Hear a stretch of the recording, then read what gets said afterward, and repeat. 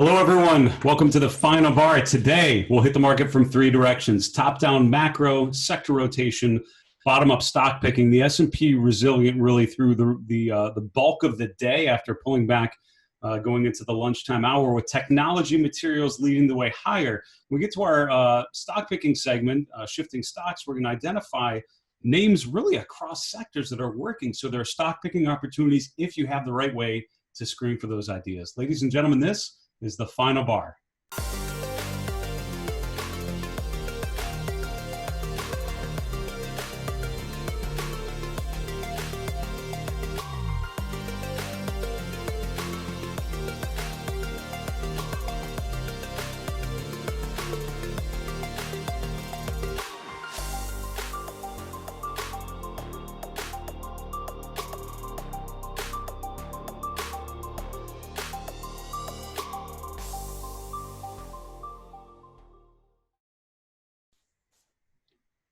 Hello, everyone. Welcome to the final bar. I'm your host, Dave Keller. I'm the Chief Market Strategist here at StockCharts.com in Redmond, Washington. Thanks for joining us every weekday after the close to break down the technical activity of the day, focus on price and the movements that we can identify.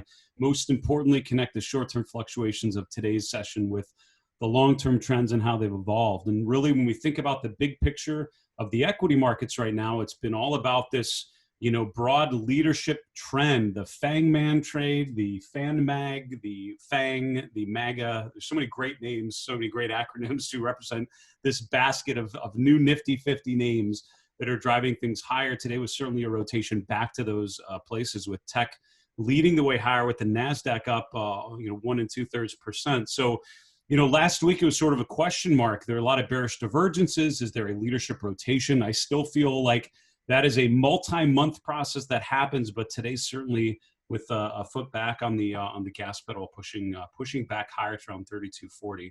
Now, coming up on the show this week, we have some fantastic guests, just like we did in previous weeks. We've been so blessed, I think, with the guests we've had to be able to put in front of you. Earlier today, we premiered our latest episode of Behind the Charts. That's our interview style show, and I sat down with Steve Suttmeyer. Steve's the technical chief equity technical analyst at B of A Securities in New York. Fantastic conversation about how he got started, how he approaches, covering technical analysis for large institutions. Then tomorrow on the show, we have Keith Fitzgerald from keithfitzgerald.com. On Wednesday, Louis Yanis from WealthNet.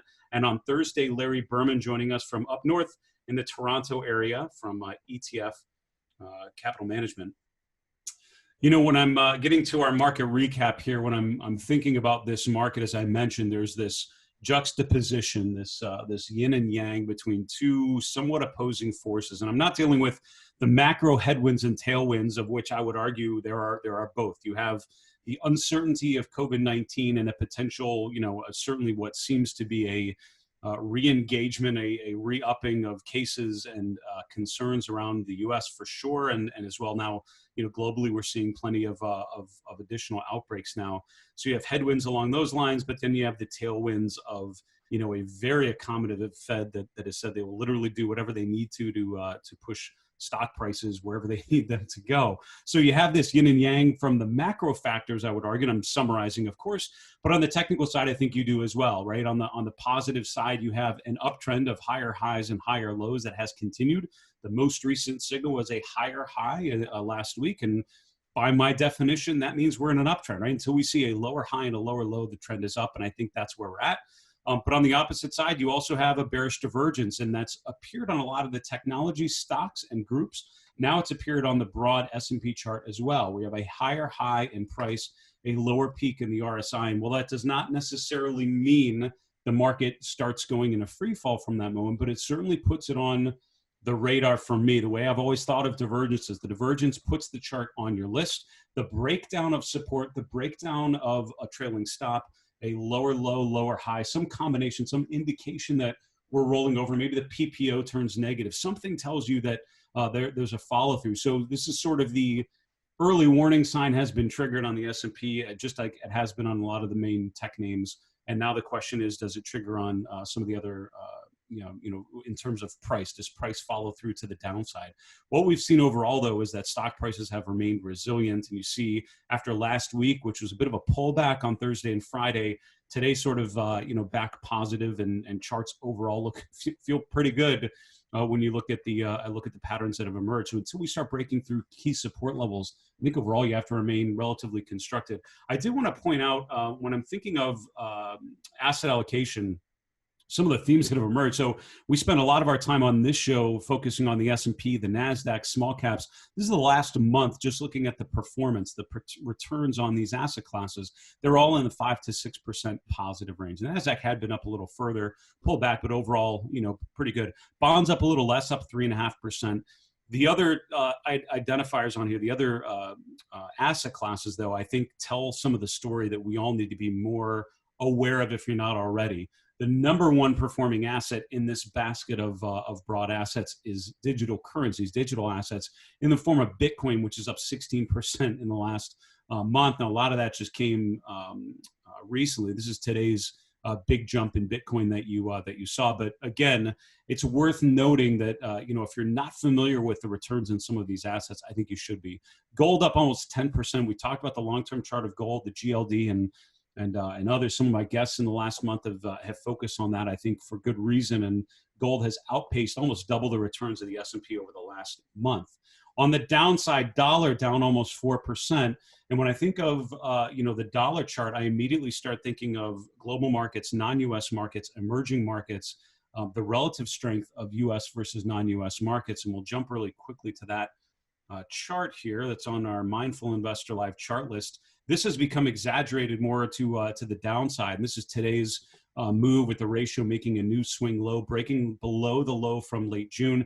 As this bounced up in the last week and a half, we talked about, it's still in a downtrend. It's still a weak dollar, underperformance of U.S. markets versus non-U.S. markets. And I think the further weakness in the dollar today, the further breakdown in this ratio confirms, at least for me, you need to be thinking of non-U.S. allocation if you're a U.S.-based investor. Not saying you need to be buying non-U.S. assets aggressively, but certainly think about those as part of your routine and make sure your routine focuses on outside of the U.S., focuses on Asia, developed Asia, emerging Asia, developed Europe, and other places that may provide some opportunity if the U.S. market continues to underperform because of the weakness in the dollar.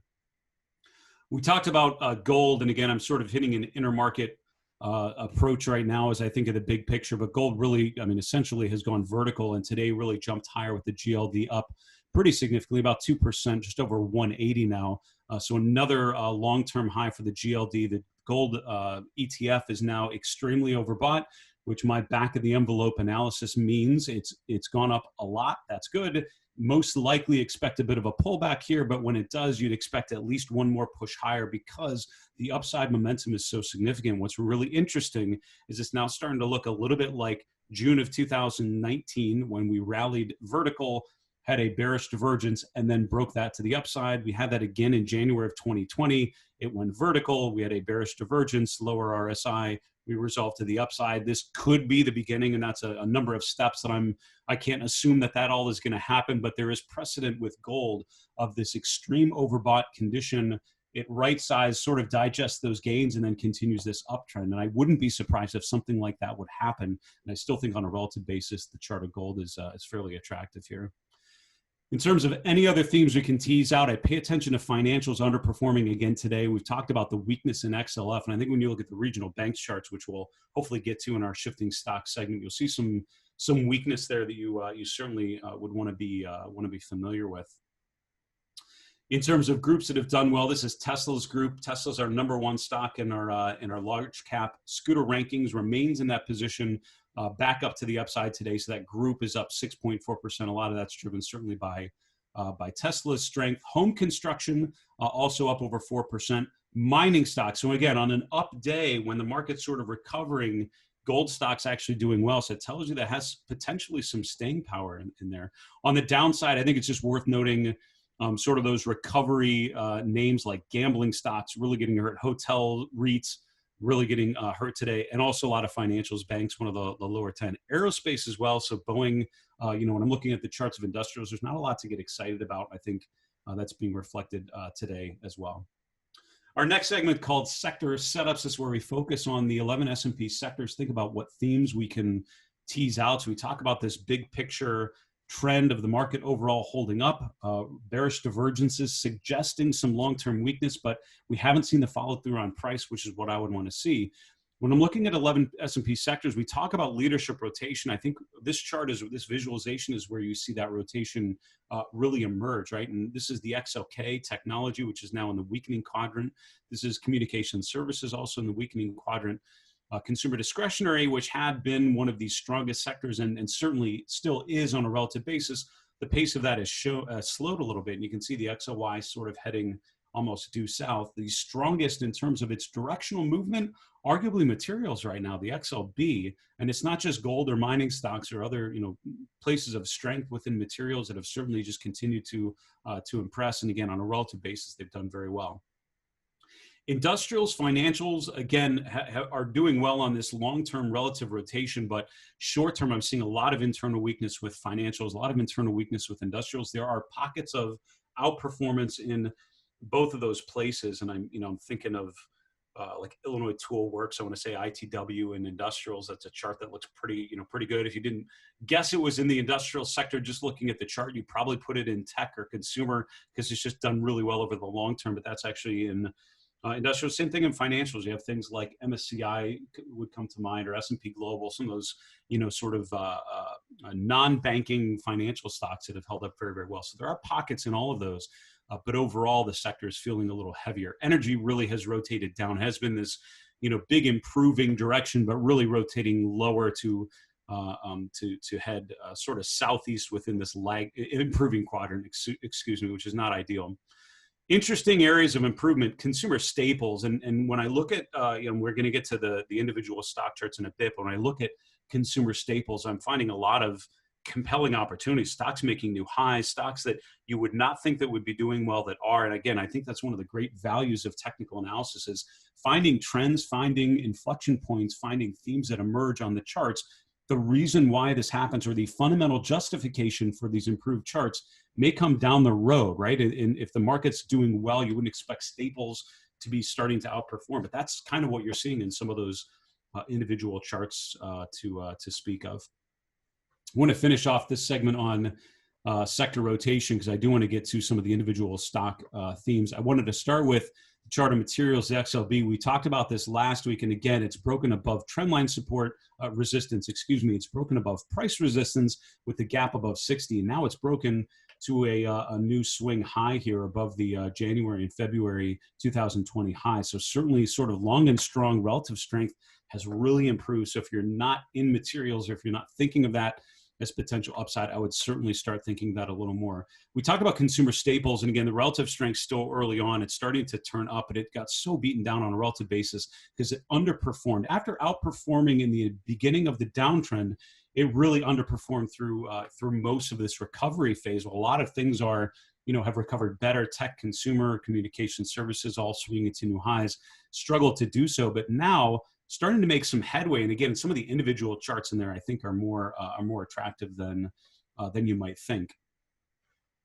Finally, I just want to finish with healthcare. We're going to talk a little bit about healthcare groups and themes here in a minute, but I wanted to point out the broad sector, okay, and it's broken out above 104. It's now pulled back and testing that support from above, which is actually kind of compelling. That's a really beautiful setup for potential further upside. I think the problem with the XLV is some of the mega cap names in there that haven't held up as well. So big pharma names sort of come to mind. But if you look at a lot of the individual groups, and it's biotech, but it's also medical supplies, it's medical equipment, you'll find actually some pretty compelling charts. So I think the XLV overall feels a little more muted, but if you look at the average stock within healthcare, it's actually not that bad when you get away from the mega cap names that have underperformed a little bit. So that's certainly an opportunity for stock pickers as well.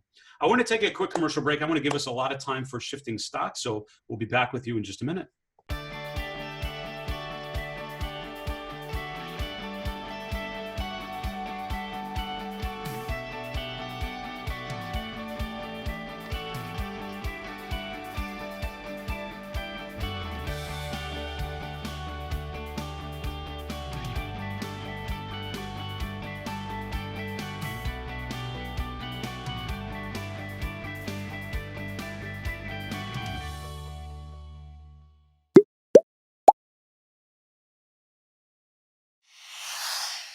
Hey everyone, welcome back to the Final Bar. This is Dave Keller here at StockCharts.com. Thanks for joining us for the show every weekday, 6 p.m. Eastern.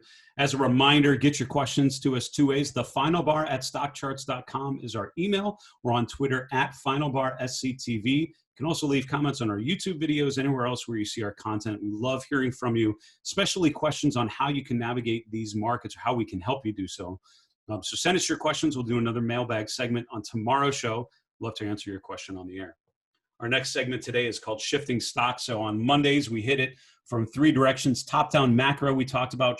Sector rotation, we talked about as well. And some of those themes. I really wanted to spend some time on individual stocks, and I think that will inform some of the points we made earlier, talking about macro themes and also sectors as well. We're going to start with communication services. I'm going to get through as many as I can. I think it's worth noting that Comcast has actually broken above its swing high, and there are a number of stocks that look kind of similar to this. When we get into consumer discretionary, you might hit a couple as well. And this is a very encouraging yet potentially concerning theme, and I'll tell you why. What's happening with charts like Comcast, they have broken above their most recent swing high. They've broken above the June high. That's good. They're now making higher highs and they've made higher lows. That's all good. The challenge is you are potentially making a bearish divergence of lower highs in the RSI while you make higher highs in price. It's too early to declare that because this is still an active uptrend. If we continue to go higher and higher, this will actually continue to become overbought and it won't look like a bearish divergence anymore. But these are the things that catch my eye as I'm looking at the chart. And again, overall, all else being equal, I would follow the trend, and stocks making new highs and new lows, I'm going to assume that they will continue higher until proven otherwise. And it's worth noting that Comcast has been able to do so. In terms of a stock chart in that group that is not as attractive, Disney is certainly one of those. While Comcast has broken to new swing highs, you can see Disney has not. And this is the concern within communication services. You have sort of the haves and the have-nots, the stocks that have broken out and are holding up well. And some of the mega cap names certainly in that bucket, like a Facebook, for example. But then there are the Disneys that are making lower highs, have not made a new swing low, but that's what I'd be looking for. Disney's one of the mindful six, those six stocks we've talked about. And I think if it continues to underperform, I continue to key in visually on that June low and see if it's able to hold above there. In terms of stocks that are working, Activision and EA, which are two of the gaming names within, video game names, I mean within the sector, have actually held up very well. Activision has just broken to new swing highs going into this week, and overall doing very well. Again, you have a bit of a divergence here, which again, it's something I pay attention to, but overall, I like the fact that the stock's going higher, and that's what I'm going to assume would continue unless proven otherwise. Take-Two's in that same group and has broken to new swing highs, up another 2% today. So again, within communication services, there are actually some stocks that have worked very, very well. Going quickly, and again, these are the names that popped up on my list of interesting charts as I was going through the S&P 500 over the weekend. Ross Stores is in a pretty negative place. I think within apparel retail, you'll see a lot of charts that look kind of like this. It's not a great group. And again, all you need to look at are lower highs and lower lows. And again, until that pattern changes, I'm going to assume that that's going to go. So until we make a higher low, I'm not that thrilled about owning that when I could own other stocks, and something like BorgWarner comes to mind. So this is within auto parts, making new swing highs. Looks a little bit like the Comcast chart. New swing highs. This really happened last week. As long as it remains above 38, it's nice in a short-term upswing. If it breaks that, I would start to revisit it. NWL is another chart in consumer discretionary. It looks a lot like the Comcast chart. A little early. It's not quite broken above its previous high around 1750, but that's what I would look for to assume some further upside. The gambling names all got hit pretty good today. This is MGM down about 5%. And other stocks in that group also got beaten down. Cruise lines, gambling, all really got beaten down pretty good, assuming a much longer runway for reopening and challenges that have emerged when they've done so. So again, macro themes and the stories aside, from a technical perspective, this is now broken down through support. This is the support from the end of June and beginning of July, and that tells me I want to, in general, avoid that type of thing. Home builders I highlighted earlier, and the home builder charts have just impressed. They've all broken above now their February highs for the most part. D.R. Horton looks like this. Lennar, Pulte Homes all look very, very similar. I think it's a fantastic group, and the ITB ETF certainly has held up very well. Moving on to staples, I mentioned some of the, just earlier, the charts and staples that are starting to impress a little. And I'm just going to show you some of the names that, even if they haven't been super impressive yet on a relative basis, on a price basis, they've certainly done well. So this is HRL Hormel making another 52-week closing high, breaking above the closing high from last week, and also here from last April. So it's really setting up as a nice base that's resolving to the upside. I kind of like that one. Also within similar groups, you have Hershey's back above its 200-day moving average now, back above its swing high from April. And I want to see if it's able to hold above there. K, which is Kellogg, another one that's sort of breaking above a big base breakout. So some of these staples names that have been sort of forgotten because they've been chopping around as other things have gone vertical, starting to improve on a relative basis. But I think it's the price breakouts that are most impressive to me. Also within consumer staples, other charts to pay attention to: Mondelez, which is another food products names, again breaking above the 200-day, but more important to me, breaking above a recent swing high. McKesson, McCormick, excuse me, MKC breaking to another 52-week closing high this week and breaking above its high from May. This is earlier in July, and it's just continued to be in a nice uptrend. On a relative basis, MKC's actually done very, very well. And then again, the only thing that concerns me with some of these charts is potential divergences. Monster Brands comes to mind, so Monster Beverage. So, the peak from June, a new swing high the last week, and again, a new closing high, new 52-week high today. It's up 2%. At this point, we have a lower RSI and a higher price. If we continue higher, this could go higher as well, and it won't look like a divergence anymore. But again, I'm concerned when I see charts that look like they did in February with higher prices, lower peaks in the RSI. So we'll have to see how that evolves. With financials, the short answer is there are some charts that look okay and look pretty good. And it's those names I mentioned earlier, sort of in that exchanges group, like NASDAQ and MSCI and others. But overall, the average financial chart looks like it's in sort of an ABC correction. I think some of the regional banks like KeyBank might be a good illustration. This is a little shorter term, but if you look at many of them, sort of peaked in early June. Key is one of those that did not eclipse its 200-day moving average, back to new swing lows. We've now rallied a little bit in the last 3 to 4 weeks, have been okay, pulling up a little bit, relative strength, holding in there okay. But now I'm starting to see this potential bear flag pattern, a sell-off, a counter trend move of higher highs and higher lows, but it's in sort of this narrow channel. If it breaks down through trend line support, which it just barely did today, but didn't quite on a lot of these names, but that's what I'm looking for. If and when that happens, that basically suggests an equal move to the downside, and that's your A, B, C correction going down. Again, I'm not an Elliott Wave fan, but I do buy into that idea of a big move down, a digestion of that, and then further downside coming. So Key looks like that.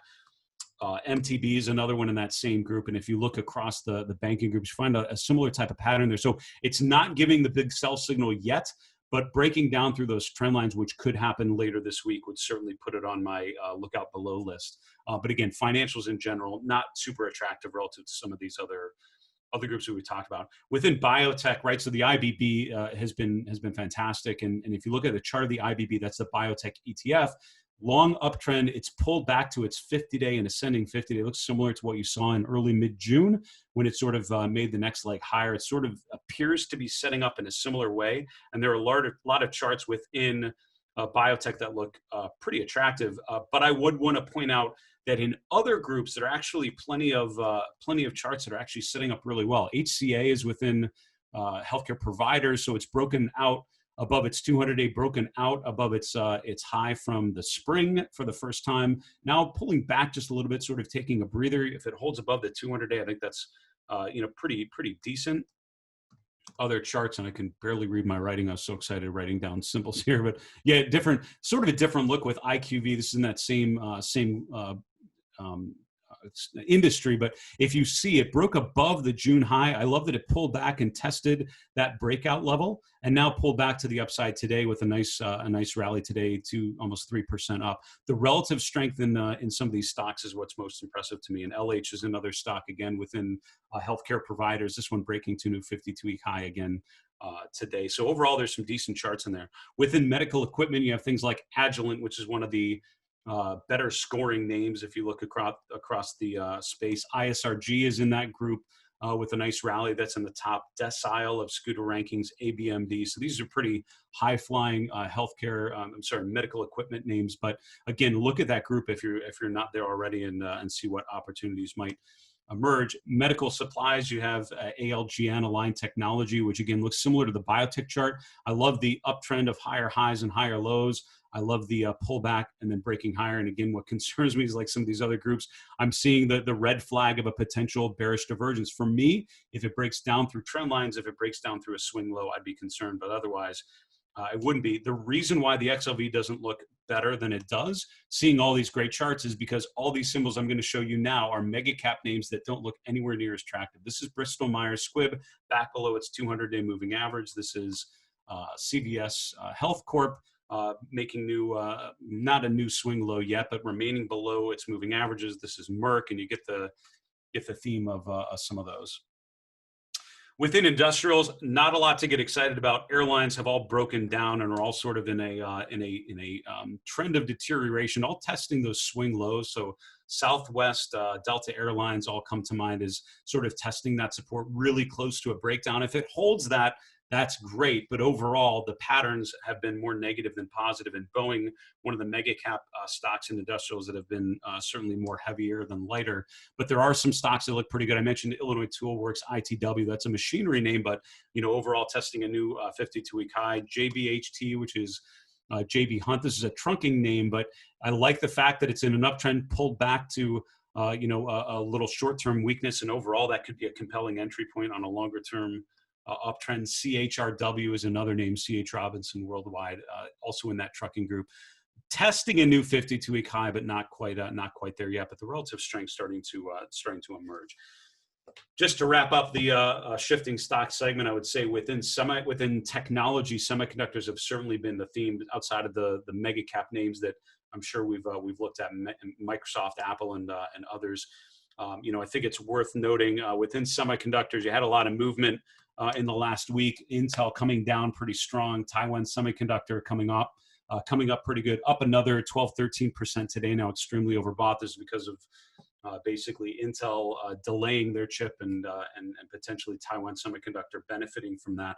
But if you look within semiconductors, there's some decent charts that have broken out. AMD also breaking out because of that expectation that they might get some business that would go away from there. Worth noting, TSM is now one of the top 10 scooter ranked stocks for the large cap universe now. Boy, that was a run through a lot of stock charts. My goal was to get through as many as I could in one segment. We did it. Let's finish up the show. 3 charts in 3 minutes, the 3 and 3. Here we go.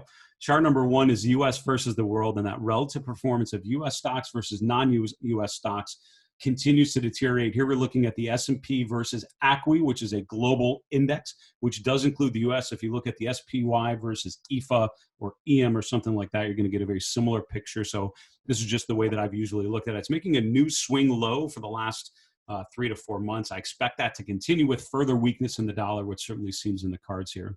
In terms of attractive setups, biotech is pretty good with a long-term uptrend and pulling back to an ascending 50-day moving average. It looks a lot like it did last June, which is pretty good. With the IBB, I'd look to see it hold above this swing low that we set last week. That's the same low that we've had for the last month. As long as we remain above that, I think biotechs are good. If something like the IBB starts to break down below about 135, I'd maybe want to revisit that and see if there's a tactical weakness that I may want to be more concerned about.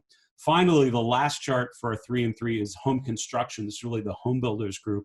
We talked about some of those individual charts, Lennar, DHI, PHM, all breaking out to the upside. The group we've talked about before, I like the fact that it broke above the June highs a couple weeks ago. That uptrend has continued, and now the ITB is breaking above its high from February, which is pretty good. It's overbought, but again, overbought means up a lot. That's not a bad thing. When it starts to pull back lower, that's when it could be potentially a cause for concern. Folks, that's our show for today. Thank you so much for joining us here on The Final Bar. As a reminder, get your questions in, thefinalbar@stockcharts.com. Send us an email. We'd love to answer one of your questions live on the air tomorrow. For StockCharts.com in Redmond, Washington, I'm Dave Keller. Be safe. Have a great night. Hey, Grayson Rose here with StockCharts. Thank you so much for watching. I hope you enjoyed that video. If you did, consider giving it a like down below, maybe leave us a comment, and if you're new to the channel, you can subscribe at the link up above. We're gonna bring you daily content from an incredible collection of technical analysts and financial experts.